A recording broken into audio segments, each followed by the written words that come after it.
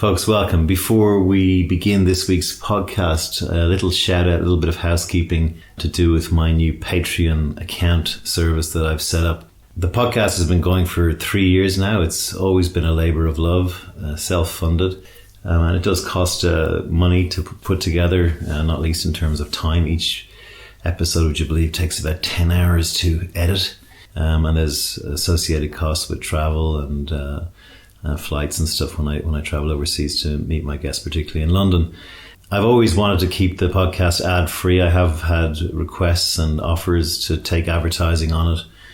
My sort of slightly jaundiced views on advertising have kept me away from that avenue. Also because I feel radio as a medium has been killed by advertising to the point where, you know, every hour on commercial radio is almost 23 minutes now of ads. People in the media have missed what is happening in podcast world, where people are clearly showing that they want more than soundbite level journalism and short sheep dip type interviews. There's a huge listenership globally for podcasts much bigger than mine that go on for 2 hours. Sam Harris, the Waking Up podcast, is one I thoroughly recommend. As an example of that, Sam too uses Patreon, and most podcasters are trying to sign up to some way of monetizing their wares. I feel a bit weird asking people to sign up, but if all of the podcasters do it, then it at least gives a corporation-free ability for listeners to contribute and help with the running costs of their favorite podcasts.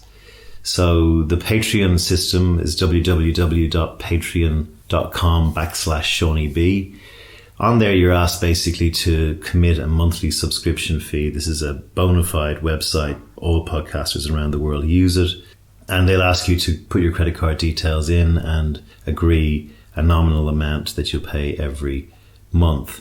Look at it like the fact that you pay £2.50 per day or £2 per day on a paper or a cup of coffee.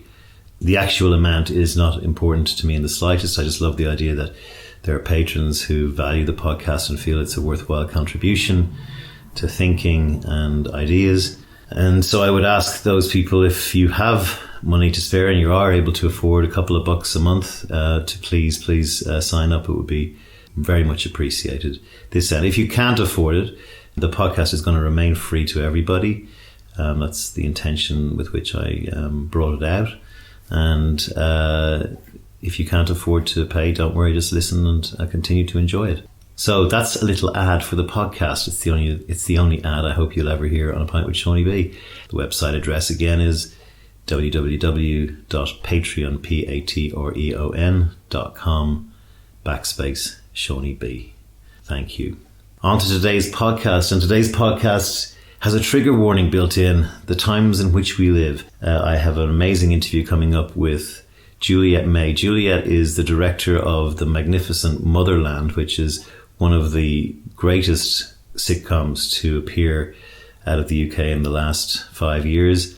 It's due to have its second season launching sometime this month or next month. I actually hadn't seen the show prior to meeting Juliet. I have since seen it. It is absolutely fantastic. A very simple idea about a single mother trying to cope with getting her kids to school and the swimming pool and juggling her love life and social life. It's well worth checking out. We do talk about some triggering things in here. We talk about rape jokes, and we talk about whether men are funnier than women, and we're having honest and good conversations. But again, in the times we live, I'm just flagging that before everyone gets all upset and worked up. There's also a big chat in here about a famous sitcom that never got to air, which is called Heil Honey, I'm Home, and that's all about Hitler and his Jewish neighbours. So plenty of things in here for people to get worked up by, but I hope a thoughtful and considered conversation about comedy and the role comedy has and must continue to have in our society. I've talked on podcasts before about the creeping disability that's coming into comedic circles, where what comedians can and cannot say is open to outrage and shutting down comics. That's not to say that some comics have not overstepped the mark, And when they do deserve and know what's coming to them usually. Anyway, without further ado, I give you the wonderful, the funny, one of the great ladies of television, Juliet May. Welcome to A Pint With Seaniebee, coming to you from beautiful Kinsale in the south of Ireland. We're in the Kinsale Sharks Advertising Festival, and I have a great guest to talk to today, someone I'm very looking forward to talking to, who's a queen of comedy television. She's cringing already as I say that. She's been involved in British television comedy for over 3 decades, maybe even centuries. And we're going to. I can't believe you said that. No, we're going to talk about her. That means I'm at least 50. Well, you said you recorded Chalk in 1997, but I did say I was 12. As you can see, I've got my hands full with this one today. Her name is Juliet May. Welcome. Thank you. Have you been on a podcast before? No. But there you go. This is a first for you. And thank you. All the stuff you've done. So we're talking this morning about comedy and is everything funny? Mm-hmm. And you think everything is funny? I think everything has to be funny. Has to be funny. Has to be. You've done work like Motherland, Miranda, Chalk, Hope and Glory with Lenny Henry, and a show about Hitler, a comedy about Hitler, which we may talk about later. I wanted to talk first of all about how someone like you got into television way back. Were you always funny? Don't say way back. Way back is so bad. All right, just for the record, I'm 50 and she's probably younger than me. No, I'm not. I'm slightly over 50, so that's really bad. No, way back. How did I get into comedy? Were you funny when you were a kid? No. Oh, well, my parents probably would have said I was funny. I didn't realise. Maybe I was, maybe I wasn't. I don't know. Where were you born? I was born in Ipswich. Norfolk. Yes. Not that I remember much about it. My pedigree is my dad was a theatre director, mm-hmm. and my mum was not a terribly successful actress, so we can ignore that. But my dad went from being director of the theatre in Ipswich to being artistic director in Nottingham, and then he ran the Bristol or Vic for many, many years. Right, that's a big one. Yeah. So were you always in the wings? I was, and I loved my dad. And I remember my dad saying once upon a time he was offered the head of BBC drama because he was very much an up-and-coming director, and he turned it down. Mad man, because he loved the theatre. But of course, when I was in my 20s wanting to get into television, I used to go, Dad, if only you'd become the head of drama. Yeah, it would have made your life much easier. Help me up. Oh, I think I'll approve this one. Yes. So, but was it genuinely like watching the plays from the side? Yes, he was always very embarrassed. He didn't really want me watching his rehearsal periods, which I used to get quite cross about. But yes, I was so involved with actors and everything to do with the theatre, really. Actors always used to come round to our house and get drunk and Any stories? Richard Harris, etc. No? Well, no, funny enough, I was really in love with an actor called Ian Richardson, who you probably never heard of, have you? I can picture him. Really in love with him. Debonair kind yes, and he used to come around our house a lot, and I think I once confessed I was rather in love with him, and have been embarrassed about that moment ever since. Oh. And I know my love of actors came from that, yes. Definitely. You're famous for, we're going to talk a little bit more about this multi-camera comedy, which is not unlike a play. Yes, true. You're in front of a live audience. Yes. I guess you film stuff. Previously, Graham Lenihan and all those guys, Father Ted, one of my favourite comics and writers, they shoot in front of a live audience. You were talking today about canned laughter and how appalling that is, but that's genuinely sort of not used now as much, is it? In those kinds of shows? I don't think so, because I think the shows are funny enough in themselves to actually get real laughter. Sometimes you have to strip it off because it's too much. Too much. Were you smart in school, and did you get... No, not really. I really wasn't smart at all. I was a bit of an academic dullard. And what was the moment that first said, okay, I'm going to go down this path similar to my dad and mum, or did it just happen? It's interesting. I wanted to be an actress. I've never told anybody this story, actually. My father was so desperate for me not to be an actress, he sent me for a kind of fake audition at the Bristol or Vic School, because he knew that the people at Bristol or Vic School would go, sorry, Juliet, you're not good enough. And they kind of did, but not enough for my dad. They said, she's probably never going to make it because she's not that good. And so my dad said, well, maybe... What age were you? I was 18. And how did they tell that you're not that good? Because I was shit. I really was shit. I literally, just in my head, I was a brilliant actress, but really I wasn't. And my dad said, look, darling, acting is just a terrible profession. You're never going to make any money. Why don't you go to Bristol University Drama Department so you can do a little bit of the acting, but you can also have a degree which might take you where you want to go. Was he funneling you into behind the camera, behind the curtain? I think so. He wanted his little girl to become like him. He did. I'm afraid he did, yes. So you did go to college then to study? I went to Bristol University and I studied drama. I'll never forget, in the last year of our 3-year degree, you're allowed to specialise in design, acting, and I specialised in TV. And so what they did is they took 8 of us, I think it was, down to London to sit in the gallery of a TV show as it was being made. And I remember walking into that darkened space and thinking, this is just magic. This is so exciting. There are about 100 monitors in front of you, and there are about 6 people sitting in front of these monitors, and one of them is a director calling the shots. And I thought, that is me. And that is what I ended up doing, interestingly. So what was the first big that you can remember, the first when you said, okay, now that the heat is on, now I am doing my first thing? What was it? Can you remember what it was? Yes, I directed Top the Pops. Ah, Jimmy Savile? He's not funny. Was it around that time though, like sort of 80s? It was when my kids were born. It was 1994. I'd been doing sort of lots of grotty jobs beforehand, running and stuff like that. In 1994, when I had my kids, I was so desperate to leave the house. I directed Top of the Pops, which was a big multi-camera. You don't just get to direct Top no, you of the don't. Pops. So no, what, so I done. What was the gap that I'm missing between Bristol? The gap you're missing. I worked in local TV, and I was desperate to do some comedy. And for some reason, I met Paul Jackson. I can't remember how, but he quite liked me, and he gave me the job of directing little inserts into a Simon Mayo show, which was called Scruples. And he had a panel, and the panel used to watch little bits of drama, and he used to say, what would you do in this situation? And I directed little bits of drama. So that was my first foray into working with actors. There were little funny stings in the middle of a show, right? Just little tiny dramas. Yeah. Loved it. What was it like back then in terms of, like today we have, Netflix, and we have, there's just so much content and stuff being made.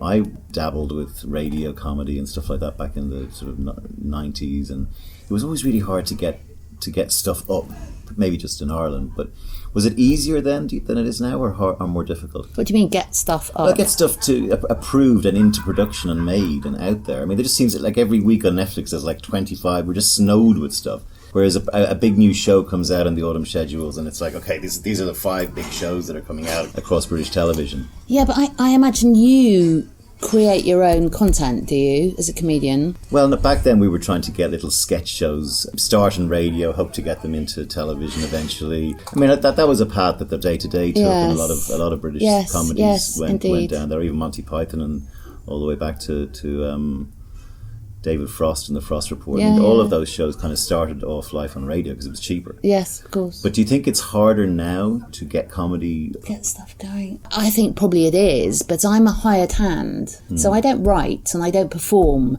So when someone like Sharon Horgan has a show like Motherland, they will look to hire someone. Yeah. So it's really Sharon that gets stuff up. Yeah. And I'm just running along behind her. And how much of in your past shows, for example, do you input over and above just directing? Oh God, you have to these days. I mean, every show, you ask very interesting questions because every show is different and every actor is different. So you have to gauge how much every project or every actor wants you. Yeah. Some actors really want you. Some actors don't want to talk to you really? Because they know what they're doing. They really don't want any notes at all. Yeah. And they're usually the actors you can't give notes to. Examples being the best ones. No. The Rowan Atkinsons of this world, those sorts. No. No? Funny enough, I think sometimes the best ones need the most notes because they're the most open and the most confident. It's usually the ones who are not so good that don't want anything. The divas. It's interesting, isn't it? Yes. It is. The main thing I wanted to talk to you about was because I was fascinated about this idea of the line. You talked about work out where the line is in comedy and how you're going to cross it and how dangerous that is. Some of my favourite probably my favourite comedian globally is Doug Stanhope. I don't know whether you've heard of him. He's an American. No, I don't know him. Check him out. I'll send you a link to some of his stuff. But he walks this tightrope in his shows that is so easy to fall the wrong way. Oh, I love that. And people like Chris Morris again, probably in the UK, where he his Brass Eye series included a paedophile special. I love that. Which is like, I remember when that came out, I went, that's the only show I think I've looked at and gone, how did someone approve? For those listening, there's a show called Brass Eye in the UK, probably 20 years ago now, and they did spoof mockumentaries on issues of the day, and they did one about paedophilia, and it was just, he even brought out his alleged son and showed him to a paedophile and said, you don't fancy my son? No. And I just looked at that and I went, because I would have been writing kind of stuff that I would have thought was slightly edgy, but this was just, so I brought the head of I knew the head of Bernardo's, the children's charity in Australia, Glynis Sequeira, if you're listening, Glynis, hello. And I brought her home and I said, I want you to look at this and see if you, as the head, and she saw suicide and drug overdose and all the sexual abuse of kids and everything, and she looked at it and she thought it was hilarious.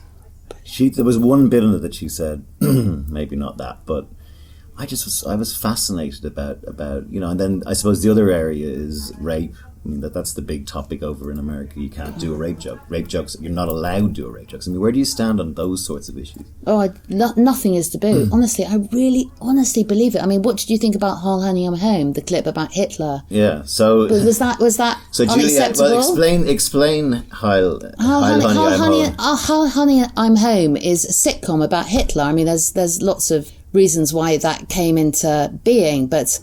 basically, it's a sitcom about Hitler, and some people find it absolutely unacceptable. I think it's absolutely fair play. Yeah. I think you've got to diminish him. Give the context though. They were living beside two Jewish neighbours. Yes, they were living beside two Jewish neighbours. Brown. Yes, and they used to pop into each other's apartments with chicken soup, and they were very friendly people. And the sitcom is a traditional American sitcom where jokes happen. Yeah. And we used to make terrible jokes about him going onto the balcony having his fix of Sieg Heil. Yeah. But explain what happened to that, because it's a good example. The premise is that an American TV company in the 1950s decided to make a sitcom about a Jewish couple living next to Adolf Hitler and Ava Braun.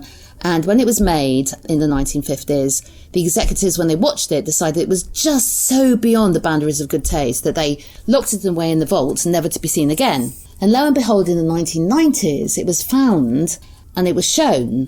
But the time it was shown for the TV company that made it, the executives looked at it and went, this is so beyond the boundaries of good taste, we can't show it. And that's the fact, not the premise. And so it has never been shown, which I think is a tragedy. How many episodes were made of that one? A pilot and 6. Right. You were saying earlier that you think if you were commissioning something now about, say, Hitler... Yes, a sitcom about Hitler. Yeah, Hitler. You would Hitler. You would actually approve. Well, you have to. I agree with you. You've got to laugh at him. You've got to take him down. We're having this interview in the midst of the anti-Semitism. I know you're Jewish. Yes. Anti-Semitism in the Labour Party. Are you Jewish? No, I'm. Do I look Jewish? Everyone in Ireland is a Catholic. That's not. I'm a lapsed Catholic. No, but Ireland has this thing going on now. Palestine and Jeremy Corbyn's been called an anti-Semite. Yeah. And actually, some of the greatest comedians globally in history are Jewish, Woody Allen and all these sorts of guys. Yeah. How does that become anti-Semitic? How does the Hitler show become anti-Semitic, or does it? Because people will say, outrageous, this is terrible, you can't make fun of what happened. I don't think it ever does. I agree with you. Ever does, and that's a question I can't answer. It's not. So we're drifting now towards talking about social media. You mentioned it again in your speech today. Just the outrage that happens and all the shaming that goes on. The new thing is calling people out. I'm calling you out on your thing. We have personal pronouns now where you're not allowed to say, you have to call people by certain pronouns, and Zer and Zim, and there's even an elf. People are identifying as being elves, which I think is hilarious. But to the point where it can be a crime. I know. I'm an elf. I've got my ears done. I'm not. Like, you look a bit elfish. They get ear operations to make them look more elvish. God. Elvish Presley. And if you if you don't say hello, Mr. Elf, you can be criminalised in Canada at the moment. I think it's gone mad. Ridiculous. Do you think it'll? I mean, comedians today, just going back to something like the rape thing, there was a big issue with Daniel Tosh, who's an American stand-up, about 8 years ago, where he he was doing a rape joke in a huge audience. I mean, so let's just take the other side of the fence. The other side of the fence is that if you're a stand-up comic and there's 200 people in the room, there's a likelihood that maybe 8 to 10 of them have been sexually assaulted women. My response to that is, well, you know, if you're very sensitive about things like that, don't go to a comedy show, because... Or also leave if you're feeling upset. Just go. So that's what happened with Daniel Tosh. This woman about 6 rows back didn't like his rape joke, got up to leave, excuse me, and like the whole show kind of ground down. He goes, what's wrong? And she shouted up at him, which I think is fair enough too. And as she's walking out the front, he just kind of fucked it up by saying, imagine if all those guys in the front row raped her on the way out, which was got him into a huge sort of... And that, you know, this is where I land. It's not... There's an issue with, is it funny? Like, I didn't think that was funny, right? So a comedian taking the piss out of someone who's leaving, who makes a rape joke about someone who's leaving because they don't like rape jokes. Now, looking at your face, those listening in, her face is now starting to change a little bit. Although she may be about to burst out laughing, I don't know. Well, no, the trouble is I probably am about to burst out laughing, but I've never been raped, so... Oh, God, I don't know, I sound like such a callous old cow, but... No, but I think there's a freedom of speech discussion here, because I think like, my view on it is, yes, rape jokes are allowed if they're funny. Now, then we go to what's funny. I mean, there are some great rape jokes. One of them is, you know, a guy comes home from work and says to his wife, do you want to play the rape game tonight? And she says no, and he goes, well, that's the spirit. I think that's quite a good rape joke. But I don't think what Daniel Tosh did was correct. Do you not? No, okay, because I think he was trying to... He was insulting somebody. Yes, maybe that goes too far. I'm just a comedy whore, and if it makes you laugh, I kind of think it's fair game. But you know, slap these people down, you know, and well, the point is that now nobody believes that you can touch that subject. But then you go, okay, can we touch cancer? Can we touch dead babies? Can we touch... You can't keep narrowing it down. Exactly. You can't. Because where's the line?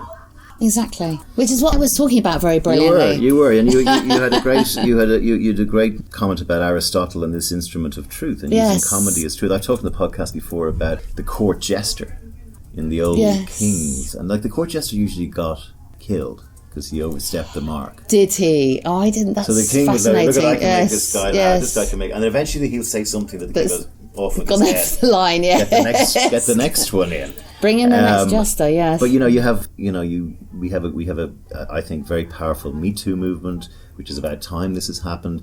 But comics in the middle and the people who are supposed to be the court jesters of today are finding it very hard to maneuver. Are they nervous? I think so. And I mean, again, is television breaking any comedy boundaries? I mean, Netflix are just full of bad stand-up shows as far as I'm concerned because they're easy and cheap to make. They're just giving everyone and their mother a comedy special. And, you know, you look at them and you go, it's not that good. So you're missing this sort of filtration process where in order to get a comedy special, you've got to be really, really, really, really, really good. I think a lot of the dross in the middle of stand-up is being given shows because they're cheap and we need as much content as possible. I mean, you're working now mainly as a commercials director? No. My commercials career is just a little flirtation. Okay. Absolutely. I liked what you were talking about today, about this idea that short form comedy doesn't really allow for depth of character. Yeah. It's Talk true, a bit though. more about that for me. Well, how can it? Because in 30 seconds you really can't get to know anybody, I don't think. And I was going to say, funnily enough, and I probably forgot it, that what happens if you take a core group of actors in a commercial and you run it day in, day out, hour in, hour out? Can you ever get a true depth of personality, of character? And I don't think you can. I was trying to think about it when you said it, and I came up blank. All right. I mean, I thought something like Mr. Bean was interesting. Mr. Bean has done, Rowan Atkinson, people feel they know him, and Mr. Bean has done movies, so I suppose you can possibly take him and advertise something and people go, oh yes, I actually do know you because you're doing Mr. Bean. But for some reason I quoted John Cleese when he was doing that, thrashing that car for Specsavers, and did anybody find it funny? I agree with you on that, yeah. No, it's not funny because it's just John Cleese. It's also ripping, if you're going to use John Cleese, do something different. Do something different with it because he's kind of funny. Right? He is, well, but still, I think. Actually, no, he's not no, funny. He's not. Has he got some... I I don't know what's wrong with him. Did you see his... Billy Connolly's not funny anymore. Well, no, because he's ill. Yeah, well, he stopped so drinking. can you make when he stopped drinking? No, Robin it's because Williams. he drank so much as the fact he's ill. I don't know whether... I love Billy Connolly, don't you? Yeah, I liked early Billy Connolly. loved him. That's another thing about this issue with particularly British comedy. Fawlty Towers, Father Ted. Oh God! You know, I think it's you get dried up though, because like in America, I read recently that The Simpsons have something like 24 writers. Yes. On the show. Yes. And Connie Booth and John Cleese wrote Fawlty Towers, and Graham Lennon and Arthur Matthews wrote Father Ted. But there's only so many episodes two people, I think, can get out and keep the thing, keep the juggernaut running. Do you feel that? Oh, I don't know. There are certain veins of comedy that are so rich. I mean, Motherland. Why on earth has no one done Motherland before? Because do you have kids? No, on purpose, deliberately. Okay. Can't stand them. Overpriced and overrated. Yes, well, you're probably right. But I have two, and I just know, and I said in my talk that, Motherland was just so personal and so relevant to, half the population. They've all got kids. And it is an absolute black farce of hell. Yeah. And, there is so much you can write about it. And so I do have faith that Sharon and Holly and the rest of them can go on for years and years and years. Too much to write about. Well, I mean, I think that I hadn't actually got into that show, and I will after seeing that clip that you showed. It's hilarious. Juliet showed a very, very interesting clip. If I can put it on the blurb of the podcast. Oh no, do it's try. Cool. Is it on YouTube? Yeah. Yes. It is cool. So again, then the other, going back to the comedy, the idea that. Do you believe the idea of comedy is all comedy, give or take, is laughing at another person's misfortune? Oh, that's a very interesting... Yes, probably, yes. So, I mean, initially, like, you could say slapstick, you swing a ladder, I duck, and you hit me on the way back. Yes. Funny. Yes. But also... But it's the same thing that soaps do. I mean, that's why there's always EastEnders and Coronation Street do these catastrophic stories where people are shot, murdered, raped. Because people at Christmas, especially those people that are not having such a great time... Yeah. watch these shows and go, thank God that's not me, and they feel a tiny bit better about themselves. And I think it is brilliant. Yeah. People always want to read and watch people that are less fortunate than themselves. That's a real function. So I'm going to be contentious with you now. There's a school of thought, and I'm not 100% sure either way where I land on this, that biologically and historically and caveman-ish times, men need to be funnier than women because smelly, ugly, disgusting men, in order to try and find a mate, laughter is a way that shrouds their ugliness or their smelliness or whatever. Nice point. And women haven't necessarily had to be funny. Okay, so I'm tiptoeing on ice now before everyone jumps down my throat. The idea that the comedians, the female comics that have been very successful, have been very sort of loud, blokish types of comedians. The sort of what do you call her who died? Aren't they? Joan Rivers and people like that. Yes. Even Joe Brand. There's a lot of people, a lot of female comics that have that kind of oeuvre of kind of angry, tough woman comic. Are women and men as funny as each other? That is really interesting question. And I would say yes, they are. But what you're asking me is, are there any little feminine, sweet women comics doing little feminine, sweet jokes? Well, I'm not. I'm trying to... Yes, partly. I'm trying to say, and particularly stand-up comedy, is comedy... Are there more male comics because males get more opportunity? I mean, I can understand why, for example, there are more male builders than female builders because there's a physiology thing going on. Is there something in comedy that precludes women from getting on or forces them to act like kind of their male counterparts? Or is it that there's a biological thing going on where, even growing up? I think women can be and are absolutely as funny as men, and I wonder whether it's just about the opportunities they've had. Right. I do think times are changing, sometimes for the good and sometimes for the worse, but I do feel that the world of comedy is opening up now to all sorts of things. I mean, particularly women. And there's that whole diversity thing that's going on, which is great as well. But I do think that women don't have to knock on the door quite as hard as they did. Yeah. But I also do think we live in a society where circumstances make it more difficult for women to find the time to knock on the door as hard, because I think it's all still quite traditional, and I think women do have children and do have to bring them up and do feel still slightly cowed by what is still quite a masculine world. But I do think it's changing. It's not a question of being less funny than men. I just think it is opportunity. I agree with you on that. You were also, when you were talking earlier about your first job as directing Top of the Pops, just segue into the Me Too and all the stuff that was going on apparently in BBC. You were worked a lot with the BBC. Yeah, I did. What was it like, and has it changed? Well, do you know, my friends raise their eyebrows when I say this, but I started in television because I'm massively old now, but I started when there were very few women around. Yeah, I really was. I was one of the first women directors around. And I can honestly say, with my hand on my heart, I have never felt discriminated. I have never felt that it was more difficult for me as a woman. I have felt that because I was one of the few women around, my opportunities were opened up. I sped through my career. But not because you're a woman.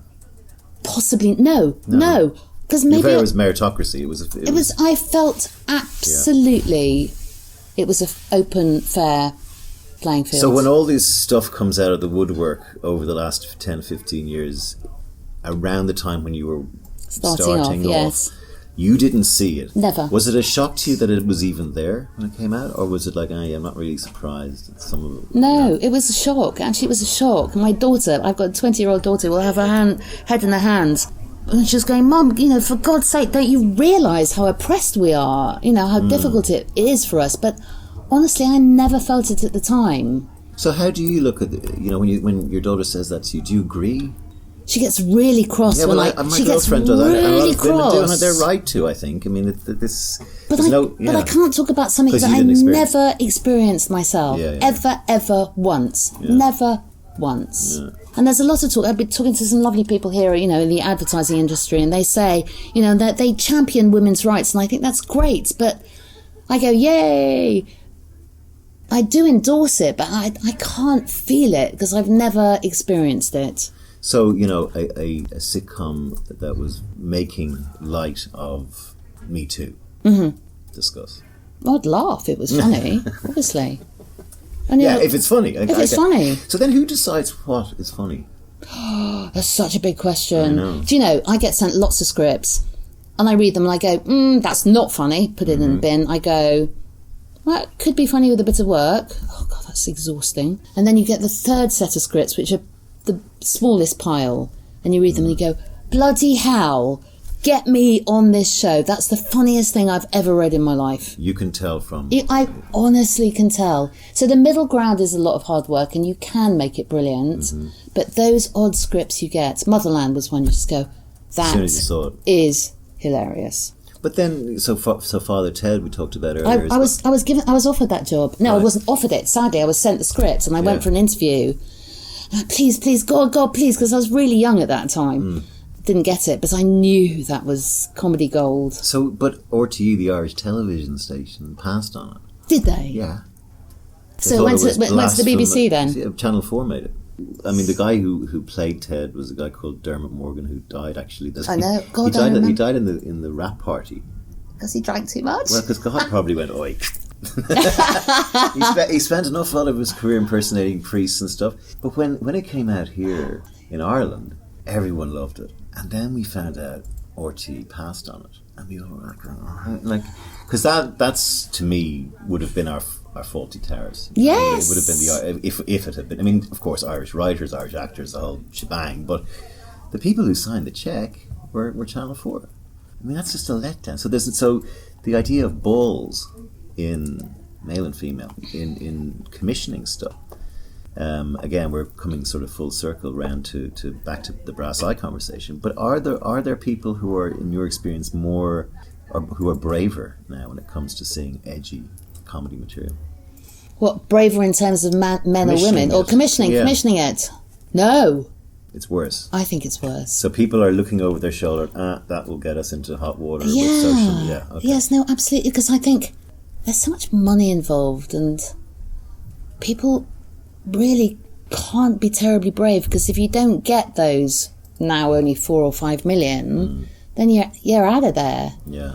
And, everybody talks about Mrs. Brown's Boys, which, is a massively successful comedy. I don't find that funny, but I mean... But you say that, how instantly you say that, and it's so easy to say that, because it's not terribly, But then there's different types of That's 8:15 on a Saturday afternoon. You can't argue with, is it 8 or 9 million? Yeah. So I refuse to go, that's cheap comedy, that's an easy laugh. It's not. They work really hard on it, and I was about to say, I don't find it funny myself, but... I watch it and I laugh. Well, it's a personal thing, but there is comedy that is designed to appeal to a lowest common denominator brain. And you think that's Mrs. Brown's Boys, And I think Mrs. Brown's Boys... I'm shocked that you say that. I mean, maybe I just don't like Brendan O'Carroll too much. I don't know. That may be coming into play here. But I'm talking... Why? He's so funny. Michael McIntyre, people like that. I love Michael McIntyre. I'm trying to say that there's this kind of... snobbery. No, it's yes, not you're snobbery. A snob. No, it's you're not a snob. snobbery. It's like Michael McIntyre will probably have about 6 or 7 writers writing for him. Doug Stanhope writes his own material mostly. Oh, that's a behind-the-scenes snobbery. Who cares who wrote it? And then the work is being made to appeal to as wide an audience as possible. What's wrong with that? Because we're based on... Well, I'm asking you. I mean, 9 million viewers watch... Yeah. Or something like that, watching Mrs. Brown's. So I guess my point is the advertising-driven television model, which is being slightly fractured by Netflix at the moment, demands 9 million viewers. 9 million viewers, there are huge boundaries about what you can and can't say. You can't do the rape jokes. I don't think you can do that. I don't think you could do... Brendan O'Carroll nearly does rape jokes. He just doesn't say the R word, does he? Right, but there is a set of rules... maybe not written down anywhere, loosely in play around 8:15 on a Saturday. Mm-hmm. Okay. Also, there's a watershed for children, I guess, so you have to bear that in mind. But this grumbleweeds all the way back through the sort of that the show I'm talking about, and there was loads of them, and some of them were very good, and some of them were okay. But I'm not the arbiter here. But we're talking about edge in comedy. And I don't think for his slot, I think he's quite edgy, and he breaks the fourth wall rather brilliantly. I mean, this could be an Anglo-Irish debate that we're having here, because I'm not sure... You don't find him funny at all? Well, I'm not sure whether it's just a bit paddywhackery for us. I'm not sure whether... I'm not sure whether we can...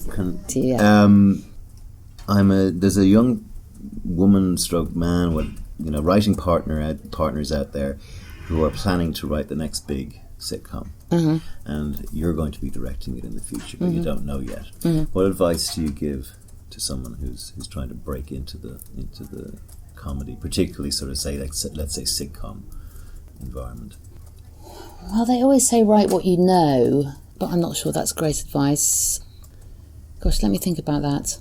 I think it's got to do with truth and honesty, and writing about a situation that you feel people will sympathise with, will say, God, that's just like me, or that's just like my sister or my aunt or my mum. It's a question of connection. I was just thinking of Phoebe Waller-Bridge and Fleabag, and I watched that, and it had a huge connection with me, because all the time I was going, God, I know that situation. And that's what the best writers do. They write things that you've been thinking about all your life, and suddenly you see it. And I think that's what she does very brilliantly. So Motherland is a similar thing. It's the same thing, yes, exactly. But what about technically? What technical advice do you give in terms of... I have a load of friends, I mean, when you sit down and start writing a screenplay, you have to know how to do it, and there's that element. But just in terms of... I mean, what I say to people is, just imagine the curtains coming back in a cinema and just write about what you see, what you're looking at on the screen. Do you have any little tips, especially from a director's point of view? What are the things that you as a director, when you do read those scripts, you go that bring you over the line in how they're written or in the way they're approached? It's got to make me laugh. It can't be cheap jokes that don't resonate in any way with the plot. They're just slapped on top. Comedy writers, if they're going to do a sitcom or a comedy drama, they need to have the whole arc of the series in front of them and know that in its bones and in its fundamentals, it's funny. And, the jokes have got to be integral to the characters' personalities and the plot, and just don't slap jokes over the top. And the thing that drives me mad is when the energy drops, which is not to say that you can't write quiet moments or sad moments, but there's got to be something driving it through, because when it drops, it's boring. So you would say the when you talk about the arc, work out the whole thing as a sort of a 2-page story, and then 2-page? No, and then episode them. Is that what you have a kind of a treatment that's fully finished? This is what's going to happen on this journey. Spin-off characters and say, here's what their story is. Yes, do the whole bloody thing, which is difficult when they go, they just wanted a 30-second taster. But I think you have to have in your head where it's going and how the characters are going to develop and the truth of those characters. Otherwise, it's just meh. It's your Mrs. Brown's Boys. Yeah. It's just joke. When we look at away from what you do as your job and the wider world, okay, so we talked about some of the issues that are impacting on comedy. How do you see the world that you live in today outside of comedy? Are you pessimistic or optimistic about the future? Do you find it funny? Do you find it scary? Oh, it depends on how much I've had to drink. Same here. Do you know, I've had a real skinful the night. It goes from scary to funny. Yes, exactly. So if I've had a skinful the night before, I might wake up thinking, I'm so depressed, I'm so old, the world's going to end, Brexit, I always find when you get up from the prone position and you get up, things look a little better. But if I've had a really clean week and I wake up and I've gone for a run, I think everything's going to be great. We're recording this interview in the week that Donald Trump stood before the United Nations, and they all laughed at him, which I thought was brilliant. So disarmed. You've got to make a comedy about Donald Trump. Yeah. He's hilarious. Well, it was and dangerous, obviously. Yes, Prime Minister, that one of the greatest shows ever on British television. Oh, Yes so Minister, yes Prime Minister. Yes, but, brilliant. There's a new Father Ted coming out on they're writing a play, by the way. It's called Who? Pope Ted. The two of them, they're back together writing it's musical. Linehan? Yeah, Pope Ted.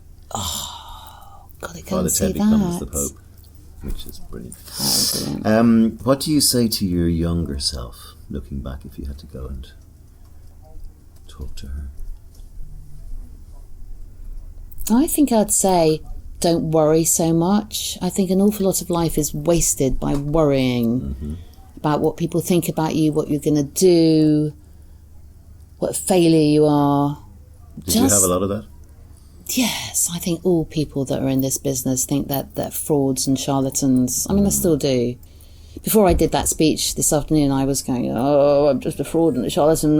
What interesting thing have I got to say? Well, explain that to me, because, you have, let's say if you were an architect and you'd done, 7 or 8 brilliant buildings in your career, you would not say you were a fraud or a charlatan. I don't know, I think they might. I think a great architect, a great anything might go, I'm just a fraud. Is part of that self-criticism, though, about driving you further I and think further? so. Unfortunately, I think so. Which is probably a good thing. I think people pain in the ass, but it's a real pain in the ass, Yeah. and I think people that don't have self-doubt never push themselves quite as far. That's a huge generalisation, but unfortunately, and I know I would tell my younger self not to worry so much, but I think it's absolutely integral to who I am. And there's nothing I can do about it. I should just retire and stop working so I can stop worrying. I've done 100 of these now, and it's a common thread, actually. People who either were told they weren't good enough and so were trying to prove someone wrong, or are constantly beating themselves up because they're either perfectionists or they just are never satisfied with their own output. You can look back on all of these shows that you've done, and I can see when you're talking about them, they do give you a certain satisfaction. They do. Because you have some brilliant snippets of comedy gold that you were directing. Do you still sort of beat yourself up? Yes. Probably that more will so. never stop. Never, unfortunately, never stop. No, it will never stop. So you wouldn't say to your younger self, Stop worrying. yeah.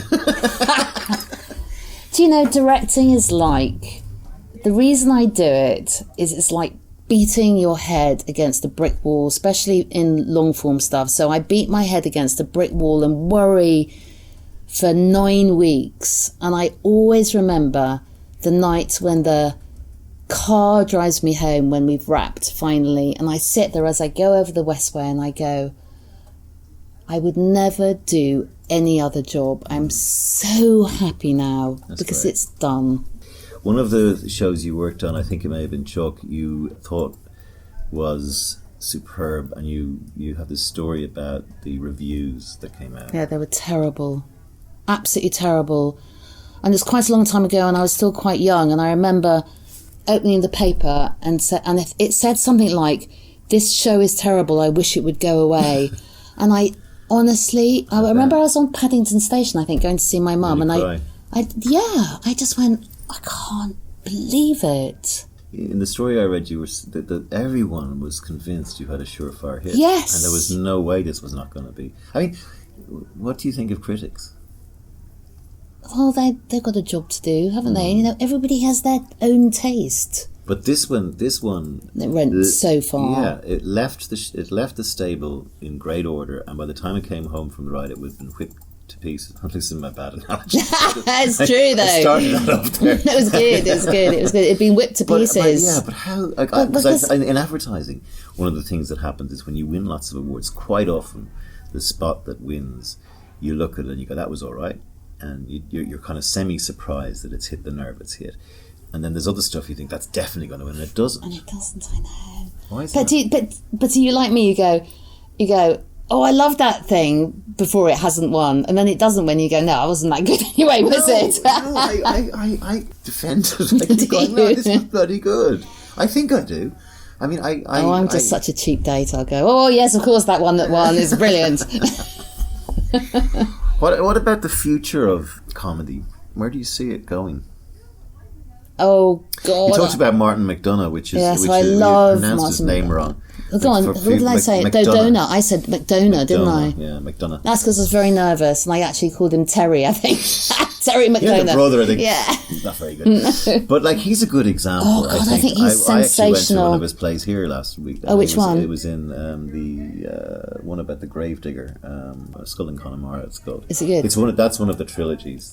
He did 3 out in the west of Ireland. That you saw the Lieutenant of Inishmore. Oh God, that was so brilliant. And the Beauty Queen of Leenane as well. So it's weird. He has a name in nearly everything because he did In Bruges and he did Billboards Outside Ebbing, Missouri. Oh God, that was brilliant. But he's a writer who probably took the mantle of, I mean, at the risk of pissing in his pocket, as they say in Australia, which apparently is a good thing. He's taken this mantle of modern Irish writer who's going to be seen in the future as genius. He is a genius. Level. And he has a very distinctive tone and sort of black streak through his work, which does fly in the face a little bit of what we talked about earlier about the fact that you're feeling that comedy is under threat from where society is moving. Did I say that? Well, I think you did, because you said that it is first of all, you said it would be harder to get some edgy stuff up today because they will be looking over, and we're all paranoid about Twitter blowing up in our face and saying the wrong thing and getting hauled over the coals. Is that going to keep happening to the point where eventually it comes full circle and the new young ones appear and they just blow the doors off with just profanity and get over yourselfness? We need to get over ourselves. Oh God, I so agree with you. I think so long as you have people like Martin McDonagh DUNN writing, I think there's hope for us all. The Phoebe Waller-Bridges, the Sharon Horgans.